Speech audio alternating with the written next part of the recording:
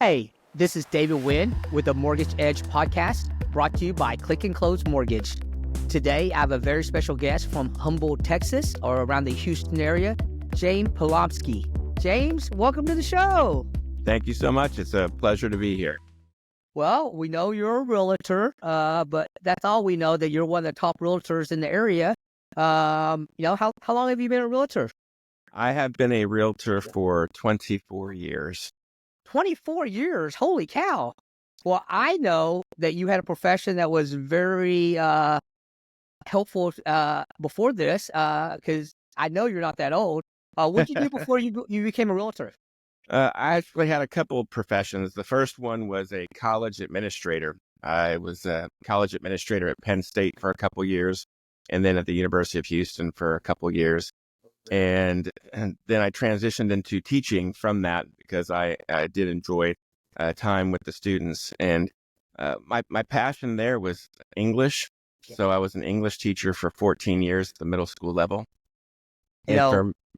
Teachers make the best realtors because you're teaching. So you did that for how long? 14 years? 14 years. In my 12th year, I got Teacher of the Year. So I had the accolades, and I really still would enjoy being a teacher. But part of what drove me away from the field is that you just couldn't make enough money to support the family the way I wanted to. So I didn't just jump into real estate. Initially, I got my license, and it was going to be something I did on the side. And my first clients were my fellow teachers. So people at the school. I would just sit in the where would I sit? I'd sit in the teacher lounge, and I would eat my lunch there, and people would say, what you doing this weekend? And I'd say, oh, I'm showing property. Oh, I didn't know you were a real estate agent. So I didn't run around telling everybody I was an agent, but people found out and trusted my service at that point. So how long did you do those dual roles?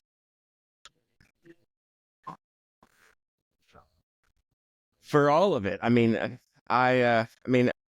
I think I got my license really my first year of teaching. So for most of it, I was a teacher full time and a real estate agent on the side. And where it really started to transition over was the last 3 years of my teaching, when I did start doing some marketing into the world as an agent. And then that's when I started getting enough business that justified me leaving my job. Yeah. Well, that justification is probably you made more in real estate than you did your teaching, right? Yeah, I didn't. For those that are thinking about doing that, I don't advise it until you can not just make your teaching salary, but or make your salary, but make twice your salary. When you're making double your salary, it's time to transition over. That's awesome. So, realtor for 24 years in Humboldt, Texas. I just got a lot of ice and snow. Is it cleared out now? Oh, yeah. Yeah. It stuck around for a couple days, but that was a really, really, really nice snow. I lived in Minnesota for a couple years and up in Pennsylvania for a couple years. So I've experienced some lengthy, long snows, some blizzards, some the whole 9 yards, even down to 52 below zero. But something about the cold in Houston is just more cold than the cold in Minnesota. Right, for sure. Well, Houston's just not used to getting snow and ice. They don't have snow plows. So it's just like, people are in lockdown whenever something like that happens. I was happy to stay locked down in my house and just converse with my friends. And that's part of a lot of what I do in my business. I know at some point we'll talk a little bit of real estate, but most of my world is working with my friends. Yeah. So, and what's interesting is I don't have like 1,000 friends. I have a couple hundred, but I pick and choose who I want to be friends with because, if you pick nice friends, you have nice clients, nice referrals. Well, let's talk a little bit about that, because that's kind of your secret sauce, in real estate. You're kind of a unique guy. Like you said, I'm not trying to get 1,000 people in your sphere. I know for a fact all your clients are what you consider your friends. They're part of your inner circle. And because of what you do, I think you get a lot of referrals, repeat customers and stuff like that. So let's talk about how you approach the real estate business, which is very unique. Yeah. The first thing I do when you're a real estate agent, when I first jumped out, I was doing for sale by owner phone calls. I was doing the cold mailings into neighborhoods and doing them month after month and doing the postcards. I would get clients off of that, but the quality of the clients always seemed low. And what I mean by that is that people would not call me back. That's not good. That's not a good client. Or people would use your service and then throw you out the window. So I wanted to have more of an intimate relationship. So like when you sell to your brother, your brother's going to pick up the phone when you call it. And if he doesn't, you'll drive over to his house and knock on his door. So with with me, I do a couple things. I ask myself, what do I want to do in the community? One of the things I enjoy doing is working with charities and raising money. So I'm part of the Rotary Club in my area, the Lake Houston Rotary Club. And I also enjoy playing chess.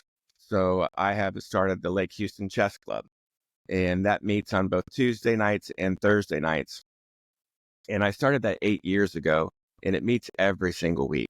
So we went at the very beginning having almost no one show up to the chess club outside of myself and a buddy of mine, to now we have between 30, 35 people that are showing up every single week, parents and kids and of course, adult players. So I also am in a public speaking group called Toastmasters, and that is a group that meets weekly to work on your public speaking. Now, again, how do all these things have anything to do with real estate? Well, at each one of these, I'm seeing my friends in these groups at least once a week. I show up every single week. I give it my best. Especially in the groups where you're on stage, like with Toastmasters, you have to prepare. And people see what you're made of and what you're able to do and how professionally you hold yourself. And then you take not everybody in your Toastmaster group. If there's 25 people in there, you're not going to be friends with everybody. Right. But there's probably 5 or 6 that you really gel with and connect with. Take one of them to lunch. And that's where the real secret to what I do comes in, is that I do that with this group, and I do it with Rotary, and I do it with chess, and I do it over a long period of time. So with chess, there's several hundred people that I know just with chess, but there's about 30 of them that I would consider close friends that I've taken to lunch, that if they called me up and needed help, I would be there for. And so Well, that's that. Yeah. I love that. I love that. So one of the things in our business and one of the things in sales is this. It's called just ask. If you don't ask, you don't get. With the way you do business, do you ask, hey, can I be a realtor, or is it something that they automatically just do? Because you kind of are built more on relationship. So talk to me about that. Yeah, I do ask. One of the ways that I ask is very subtly, and I'm right here. Okay, I've got my shirt on all the time. This year in Toastmasters, I'm the president. So every week I show up in my so they know what I do. Um uh Sorry, what was the question again? Sorry, it I flew out of my said, brain. just with the way you do the relationships, do you actually ask, hey, do you have anybody that do you need help with real estate transaction, or do you have anybody that you know? Uh, Yeah, I think I pick and choose my times because I don't want to uh taint the relationship, because if you're talking to someone and then they get the feel that you're only in that relationship for the lead, for the referral, I want to be careful not to do that. But what I do is I'll have befriended that person, I'll have taken that person to lunch or to golf, maybe even a sporting event, and then I'll call them up on a Saturday afternoon and I'll say, hey, my wife just made some chocolate chip cookies. You mind if I come over? And no one ever says no. So I run over with chocolate chip cookies and invite it into the house. And as we're chatting, here's the phrase. I say, "Will you do me a favor?" And what I typically get is people say anything, name it. And I go, "Will you keep your eyes peeled for people looking to buy and sell?" I think it's a lot softer way of asking than saying, "Do you know anybody who's looking to buy or sell right now?" I mean, if you have that right now piece, or if you put them on the spot for a name, it feels different than if they're eating some chocolate chip cookies and they know your wife who made them. So I mean, I go so deep with the relationships that I have, and so like I'll sell 70 to 100 homes a year, and I'll remain close friends with maybe 15 to 20 of those people. Now, other ones were referred to me by friends. So when you refer me, like if you're a close friend of mine of 15 years and you refer me your aunt, okay, I'll sell that house but I may not continue a long friendship with your aunt. You know, it just depends on how the transaction goes throughout. And so what I refer my business to, or what it looks like, is a bush that's been trimmed, and there's parts, that are growing off that may not that start to turn brown. You just clip those pieces off. And so I don't mail to everybody I've ever sold a house to. I know it drives my loan officers crazy, but I think there's value in accumulating amazing friends and amazing friendships that Well, gel with you. And you're not just friends with them because you want the lead, but you're well, truly friends with them. that's pretty amazing because that's the fact that you sell 70 or 80 homes in a year, and I know that you don't buy leads, right? You don't buy Zillow Yeah. leads I mean that's all organic, which is amazing. A testament to you're obviously doing something right. All referrals and all sphere, and all through your business. That's amazing. Yes. And I've tried to do other things, but I'm telling you, like, even when I delve into these other places, the referrals I get are people that they just don't care about you. they'll just they, they'll they'll shop, or not that shopping is bad or anything, but it's just a different feel than when your best friend's mom refers you to her sister. Like I get a lot of that, a lot of it, and there's uh the amount of value you bring to that person, I think, establishes how much of the friendship or how much of a friend they are to you. And I'll give you what I call friends, fans, and fanatics. Okay. So with friends, a lot of the people I have are good friends, and they might refer me a deal. They might not. Now, a fan is someone who will refer you. That's like grandma. She's definitely going to refer you the deal no matter what. And then a fanatic is someone who asks me for my business cards because they want to hand them to their friends. So there's different levels of even friendships that I have from a business standpoint that I can tell. Like, and so you ask if I ask, I do in the beginning, and then from there it either transgresses or it doesn't. Meaning, either I'll get referrals from them, or after 3 years or so, I may not take them to play golf.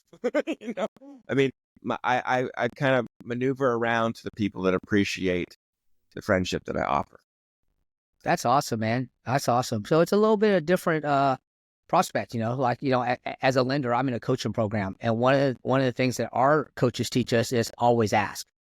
Always at the like my goodbyes are always, hey, do you have anybody looking to buy, sell, or refinance? If you do, can you please send them our way, or can you think about me? It's just a different way. But I love your way. It's so organic, so natural, and I think it works. I don't think it works for everybody, but it No, it no, it definitely doesn't. works for you. I mean, It it's doesn't.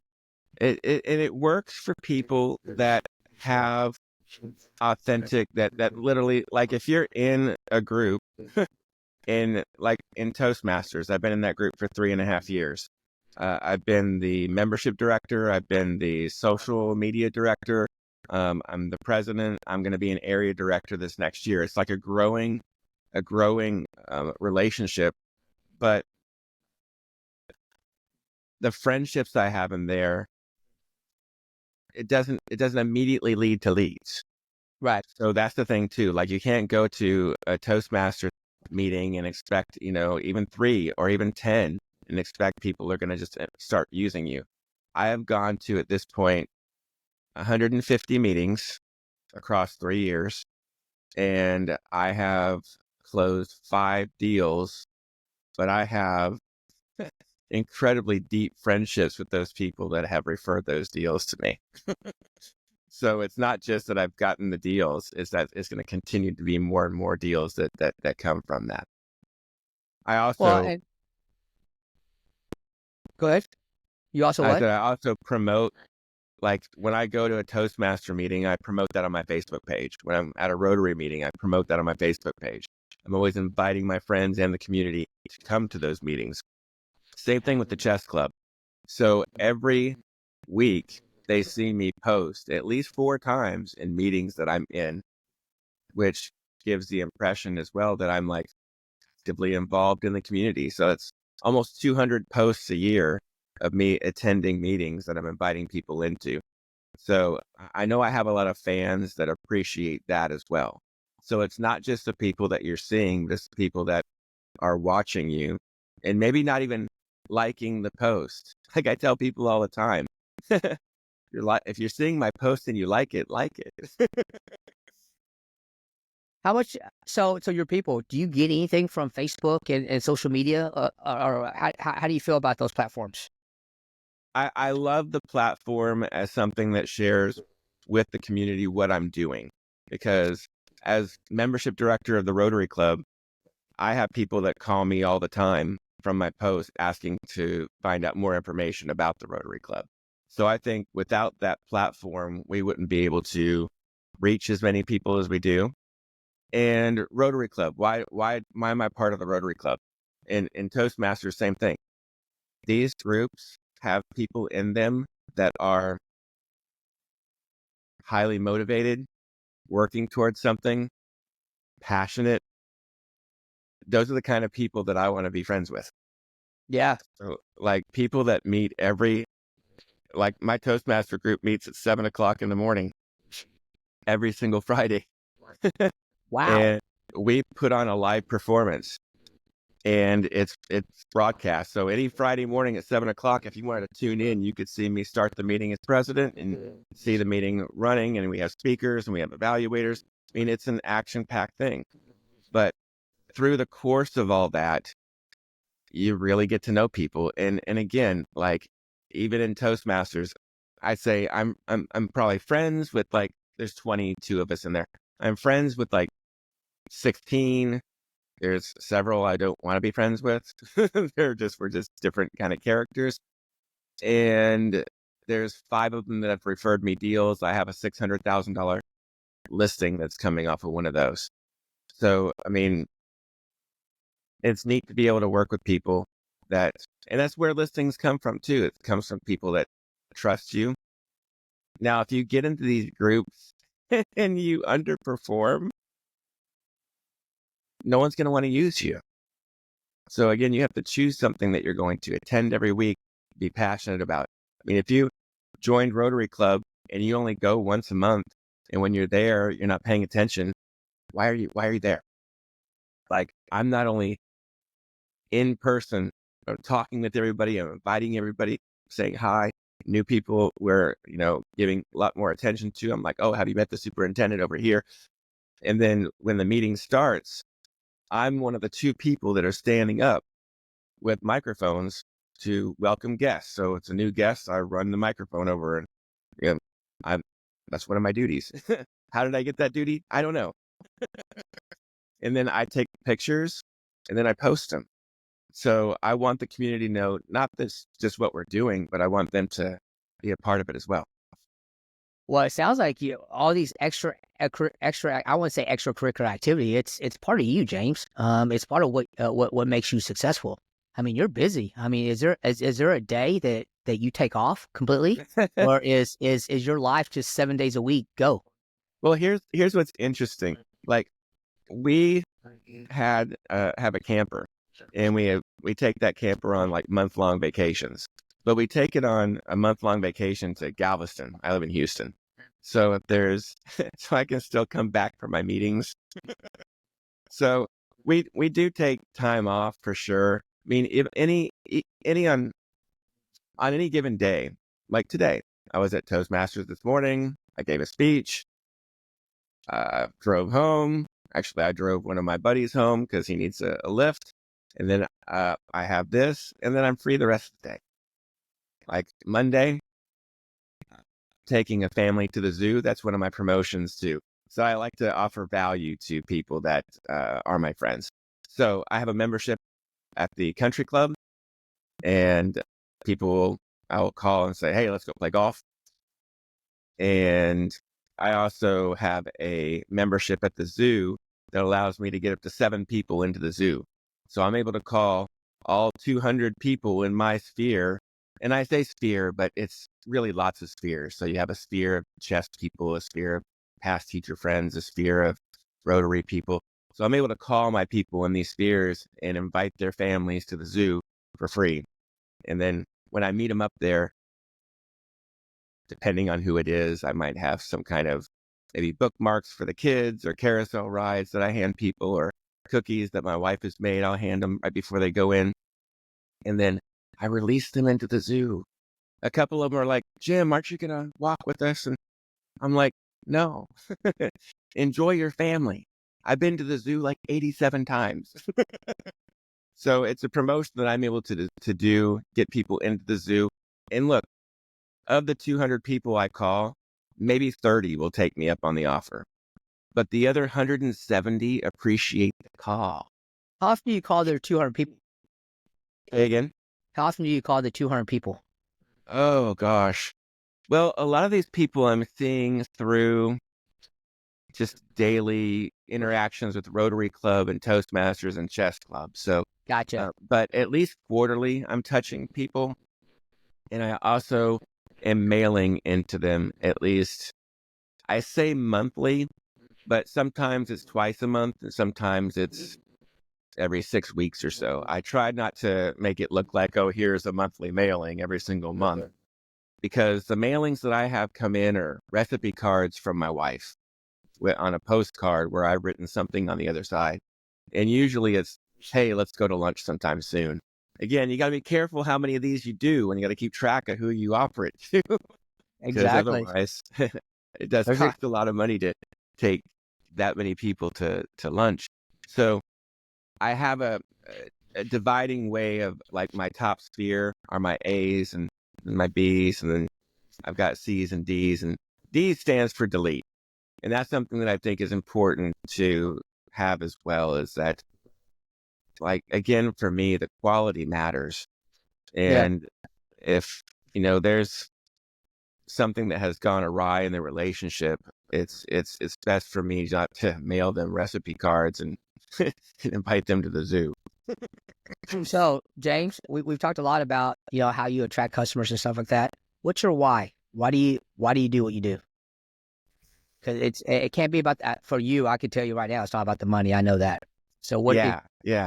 You know, for me, and this has been one of the challenges for me, because I'm able to support myself, and not just support myself, but thrive to the tune of, 5 times what I used to make as a teacher, doing what I want to do, having fun.